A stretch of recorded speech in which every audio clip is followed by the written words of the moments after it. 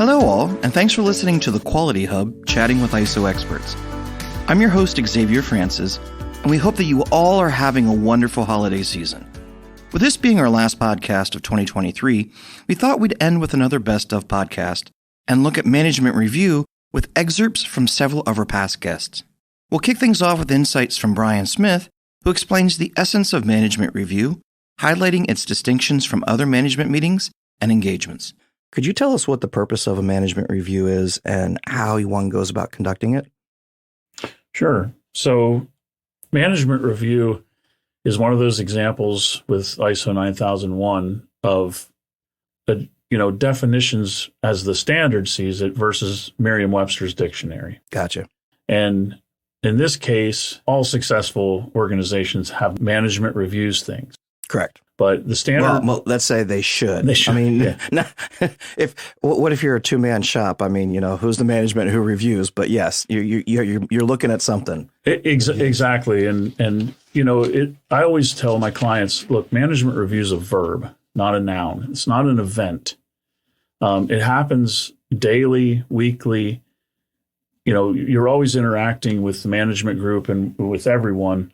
But management review, as it's defined in the ISO standard, is a structured, planned review that has required inputs and output. In this meeting, it's going to have minutes. It's not going to be your daily review. Hey, let's sit down with management and talk.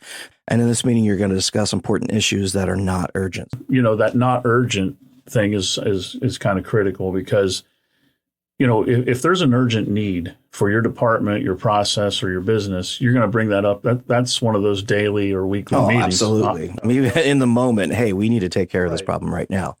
This is where you're looking at higher level organizational structure and things that you're going to implement. Yeah, this is important but not urgent. And I'll give you an example. If I need a new extension cord back in my department, I'm going to say something to management and say, I need that. This is more advising or informing top management of things that are going on down on the ground. Like we need to start thinking about replacing that air compressor. Right. In a large factory, that's a big deal. That's capital planning. So in some internal factors, hey, Jim's 68. He's looking to retire. He's the only one that knows how to handle this piece of equipment. That's the type of stuff that we're talking about in this management review. Exactly. When you come to management review, you want to be prepared for it. Mm-hmm. If you're going to talk about requesting capital expenditures, you're going to want data. You're going to want some quotes and things like that. That's what management review is really intended for. It's the things that you don't talk about on a daily or weekly basis, and it can be to inform top management of things that are going on. I do a management review for my department consulting here for the president, Scott. He's not a micromanager. He lets me run my program, but quarterly I put together a structured meeting to inform him and get his counsel and feedback. It can also really work out well because now all your other process owners or other accountable people are in that meeting and you can get counsel. It's like, hey, has anybody ever dealt with this, anything like this before? I'm struggling with it. You have everybody in a structured meeting. Well, yeah, you have Bill over here that has been in that situation before. You might not be aware of it. You have a need, a concern. And Bill's like, hey, I remember when we dealt with that with one of my previous jobs, you're getting some counsel, you're getting some input that he can help. And you're not trying to, recreate the wheel. Exactly. Or, if you're looking at making some planned changes, which is a good idea to plan your changes, you may find out in that meeting that there's some risks to another area of the operation that you didn't realize. We're using data, we're using a structured system to determine what actions to take or not take. Right. And that's one of the really critical parts of management review is there's required inputs in the standard that you must have in your meeting. The results of audits is one of them. Turning the inputs into outputs is the key. So what improvements do we want to put forward, or what actions do we need to take? And then it's very critical that those outputs are the first input to your next management review meeting. We don't do things for auditors here generally, but I guarantee you that's one of the first places they're going to look. That the output of your last management review needs to be the input of your next management. So you're really checking if you acted. Next, we talked to Joe Hill, who will not only reiterate Brian's insights, but also provide a comprehensive overview of the documents and records slated for review during the management session. What documentation and records should you be reviewing during the management review? So again, the standard identifies what those inputs are that are required to be considered as part of the management review. And it includes 6 primary topics.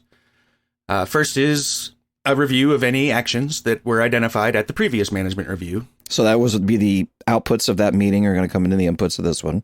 Exactly. So there's just a running list of actions usually, but there should be a list of those identified actions. It's generally captured in the minutes somewhere. Right. We also need to review your identified context issues for any changes. Now, this is going to relate back to Clause 4.1 in the standard that requires organizations to determine internal and external issues that are relevant to their organization and that affect its ability to achieve the intended results of the management system. So whatever method you have used to identify those relevant context issues should be brought to the meeting and reviewed for continued adequacy as well. Okay. So basically, it's saying you need to make sure you're looking at what you said you were going to look at. Exactly. Just make sure nothing's changed, continued adequacy and accuracy and suitability. That's really what that's about. Okay. So when you get back to some of those stakeholders, some of the things you might be reviewing from them might be, do you have enough resources, machinery, equipment, humans? Oh, yeah. Oh, yeah. Indeed.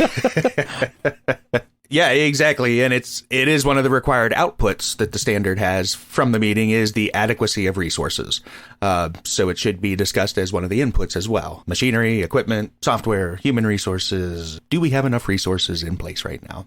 We also need to review your current risks and opportunities and the effectiveness of any actions taken to address those risks. Now, this generally takes the form of some type of FMEA, which is a failure modes and effects analysis, or a SWOT analysis, which stands for strengths, weaknesses, opportunities, and threats. Or it can simply be a spreadsheet that identifies those relevant risks and associated action plans. So you're looking at, again, from a high level, hey, we discovered some of these weaknesses in our systems. We've got a new player that's doing exactly what we do. How are we going to manage these threats, these concerns, these needs in a formal way? Exactly. Okay. Because the standard does require under Clause 6.1 for organizations to identify risks and opportunities. Now, it's a little tricky because technically, if you read the annex of the ISO standard, it does not require a formal approach to risk management. Okay. But it's a little odd because without some form of documentation, it can be a little difficult to prove conformance to those requirements. So we are looking that the organization has identified risks and that at management review, they're reviewing those risks and any of those actions. Now, the big item is a review of information related to the overall performance and effectiveness of the management system. That is big. Yeah, and there's several little bullets in the standard that kind of help define what we're looking for here. So it includes trends in customer and any other interested party feedback, the extent to which your objectives have been met, the overall product or service quality, the status of any nonconformances and corrective actions, the results of any recent audits since the last management review, and the performance of external providers. So just a couple minor things there. Just nothing major things to look at from a business standpoint. No, that's quite a bit. I mean, and we've talked about before, this is why you document and measure things, so exactly. You can have the data to make the decisions on how to approach this stuff. And that's the point of this management review. That is the entire point. It's presenting information to top management so that they can make better decisions for the organization, for the management system moving forward. Yes, there are several pieces of information that may need to be presented for this, charts and graphs to demonstrate performance against your objectives, summary of recent customer feedback, log of nonconformances and corrective actions and their status, summary report of the results from recent audits, etc. So Right. there's lots of pieces of information that need to be brought. Right. And you're going to be able to see trends in that information. And that is very important to note that the standard does require a review of trends. So you want to be able to present that data in a manner that can really demonstrate historical performance versus current performance. And it's that trending data that really should be most important in determining the overall effectiveness of the management system. So you can see if, let's say you've been in this a couple of years, you've done 4 or 5 management reviews, you have data from the first meeting moving forward. How have our trends done? Have we gotten better at customer feedback? Have we had, gone from a 3.5 to a 4? And I know our core software that a lot of our customers use lets you look at some of that stuff when it comes specifically to customer data or supplier data. Exactly. The standards makes it very important that, hey, if you're implementing actions and making changes to the management system, it should be based on data. So you should be wanting things to get better. But if you're really not looking at things in a trending way, then you really don't know. Right. So you need to look at the trends. Lastly, we speak with Suzanne Strausser, who illuminates the broader scope of management review beyond a mere meeting. She offers insights on how to seamlessly integrate it into your existing business framework, presenting various approaches to make it a valuable part of your business's DNA. The requirements for management review, for example, don't really say that this is a meeting at all, let alone a separate, standalone once-a-year meeting, which some organizations still do. But the requirements really say that top management needs to review the management system and all the specific inputs and outputs, and that you need documented information or records as evidence that you did this. How does this affect doing a management review, quote unquote? I'm doing air quotes there. Management review. Yeah. Well, where people struggle a bit is doing this with management review inputs and outputs, because there's a fair amount. The requirements say that you have to cover things like your previous action items, changes in internal and external issues, the effectiveness of your processes, and then a bunch of trends like customer satisfaction, your quality objectives, nonconformities and corrective actions. There's a whole laundry list, right?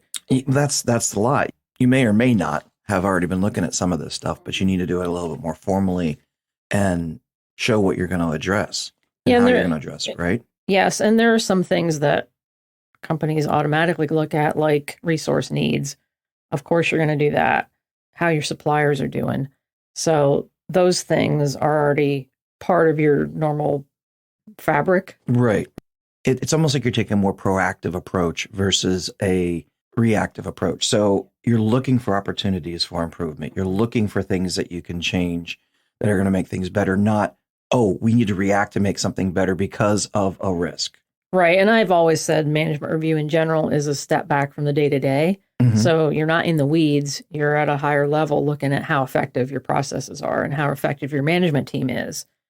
So doing that in a normal daily meeting sometimes is a challenge. Some things you have to gather. You have to gather the metrics to be able to look at it as a group. Mm-hmm. So that might be something that you have been doing at a bigger meeting, or maybe you haven't. Mm-hmm. So now you need to add a meeting from a management review standpoint and saying, okay, we're going to look at these trends, this data that we weren't looking at before. Right.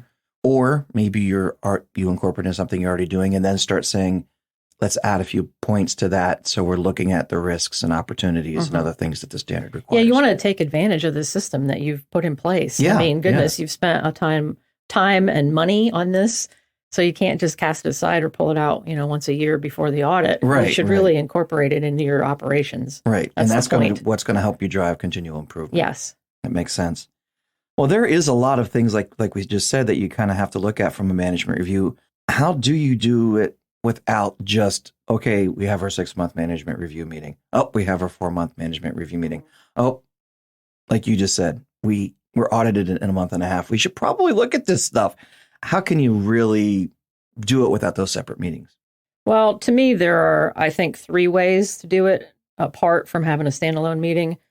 The first would be that in the course of your normal management meetings, like I said before, you certainly are talking about resources, improvements, metrics, customers, so on. So you could document those meetings that you already have and then develop a crosswalk to show when and where you've covered the topics that you're required to. Of course, you'd have to ensure that you covered all the requirements at the end of whatever cycle you've defined. So every quarter, almost look at what you do in your meetings now and check off, okay, yeah, this is covered in this. Oh, we haven't done this yet. We need to add that. It's a little dicey when you try to pull it together for an audit. I will say I have done it that way. So an easier approach would be to have the management review agenda handy. And then when you talk about these topics, just fill in your minutes. Okay. And then at the end of the cycle, you could see what hasn't been covered and then, pull the gang together to fill in the blanks. Right. So you're just touching on the few things that you haven't already. Yeah. And then a third option would be to use your management review agenda as the basis for standing meetings going forward, and then add in any other topics that come up. I like this approach a lot because I found that most items fit in the agenda, and it's a way to make the QMS the centerpiece rather than a separate thing. You get into a rhythm, and you actually consider using other aspects of your QMS. Well, that makes sense because you're trying to communicate it and you're incorporating something new. If you're going to focus on that, that's going to help you gain the benefits of doing it. So why not make it the centerpiece? Right. And for example, you might be talking about a repetitive issue.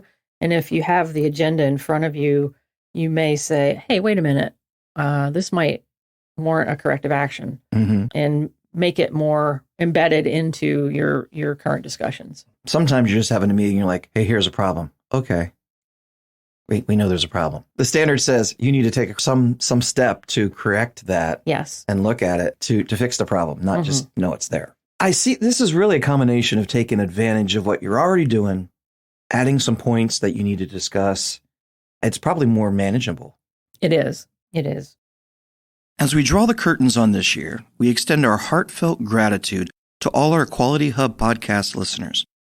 Your commitment to tuning in means the world to us, and we genuinely value the time you've invested. Our aim has been to shed light on the significance of a quality management system and its numerous benefits for your business. We hope that our discussions on various other ISO standards have been enlightening, offering insights to how these standards could significantly enhance your business as well. In 2024, we're excited to take our podcast to new heights.